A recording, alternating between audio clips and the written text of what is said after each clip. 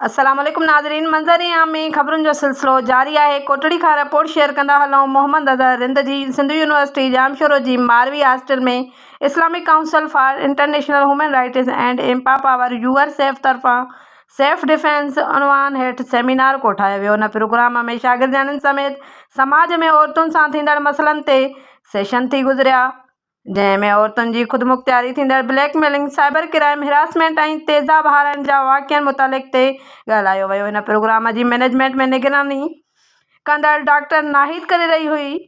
उन मौक़े ते औरतुनि जे हुक़ूक़ लाइ कमु कंदड़ वुमेन प्रोटेक्शन सेंटर जी एग्जीक्यूटिव डायरेक्टर मैडम मारवी इवान हिन सेमिनार खे ख़िताब कंदे चवणो हो त दर्सगाहुनि में शागिर्दनि जे मौत वारनि वाक़िअनि ते अफ़सोस जो इज़हार कयो। हिन वधीक चयो त तालीमी इदारनि में नियाणियुनि जा लाश मिलण मां समाज में मनफ़ी सोच में वाधारो अची रहियो आहे।